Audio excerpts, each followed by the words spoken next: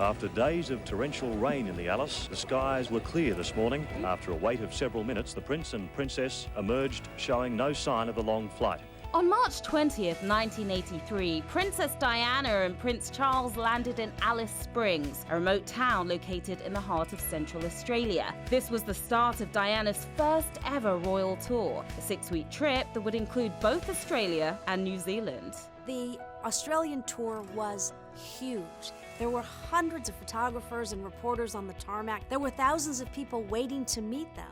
And this tour was a huge deal for Diana. It was her first big chance on the royal stage. She was going to go out and meet people and meet dignitaries, and she had to behave like a princess. At this point, Diana is only 22 years old, and she's a brand new mother, having given birth just 8 months earlier to Prince William. And one of the most significant aspects of this tour is the fact that Diana chose to bring baby William along. The barrage of cameras and recorders was reduced to chaos as the royal nanny, Miss Barbara Barnes, brought Prince William down the stairs. Now, historically, the Queen, as a working mother, did not bring her children on tour, and famously left Prince Charles at one point for 6 months when he was a baby. So this was a big break from royal tradition, and it shows us a lot about Diana and her priorities and the way she plans to raise her kids, which is being very present in their lives. And then the moment more than 100 reporters and cameramen flew from all over the world to see the public debut of 9-month-old Prince William, second in line to the throne. As soon as the royal couple and really the royal young family landed, they got right down to business, posing for photos, speaking with reporters. But the real attraction, the main draw, was clearly baby Prince William. His first public showing was to be in the airport terminal building, but media officers decided the scores of camera flashes would be too much for the baby prince. Prince William was actually whisked away pretty quickly. He was taken to what the Australians call a sheep station, and in the care of his nanny. And later, Diana would reflect that although she knew that she wouldn't be able to spend a lot of time with him, this was a working royal tour, she was just glad as a new mom to know that she and William were sleeping under the same sky, which is a really sweet sentiment. Yet another crowd of about 500 waited all morning outside the hotel for one glimpse of the couple. Due to flooding before they arrived, their posh hotel was actually inaccessible, so they had to stay as a royal family at a motel, probably a first for the royals. Very briefly, they did see Prince Charles slip across the balcony from one room to another.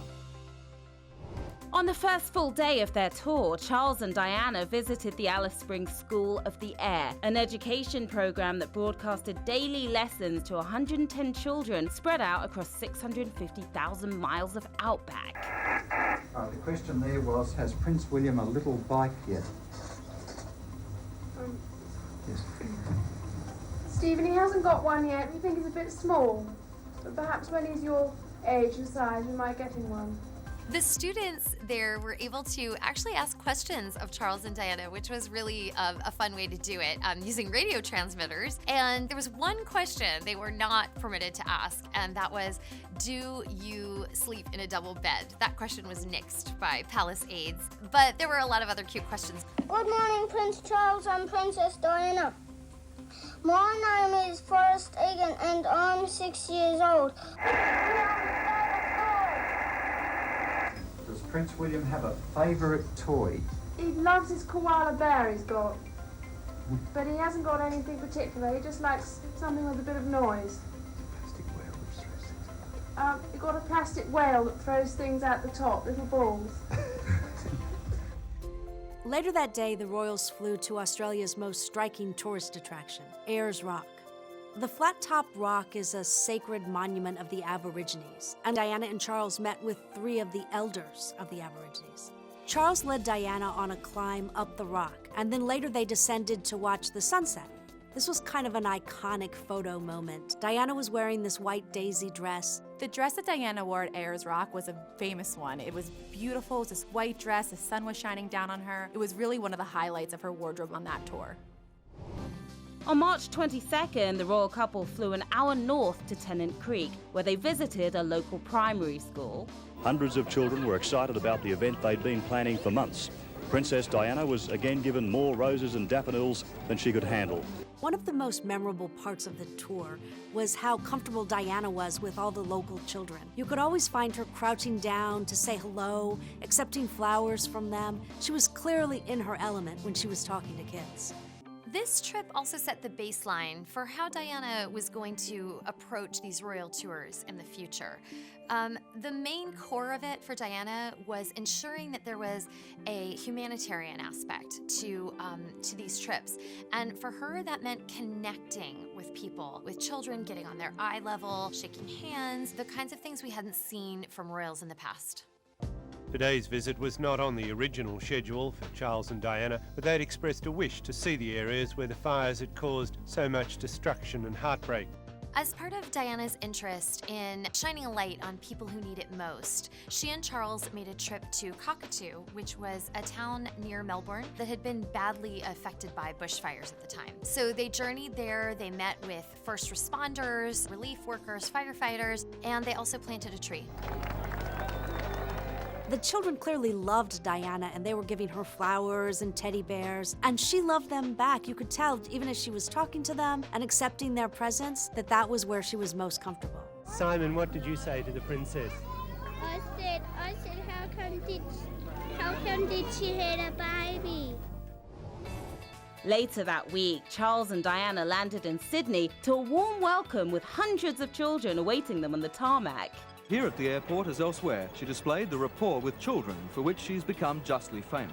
This was a really fun moment because we see Charles and Diana in this open-top convertible, and they're really giving the fans, especially the children, what they were waiting for, which is a clear view of the royal couple. And we also see Diana's soaring popularity at this point. The reception for her was just nothing but cheers and smiles and excitement. The couple's first stop was the iconic Sydney Opera House for a concert performed by local school children.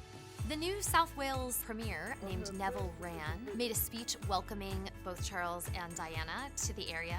And actually, Charles himself made a speech saying that he felt like he was among friends that day. I do genuinely feel that I am among old and valued friends. Old because it is now 17 years, believe it or not, since I first set foot as a hesitant pom.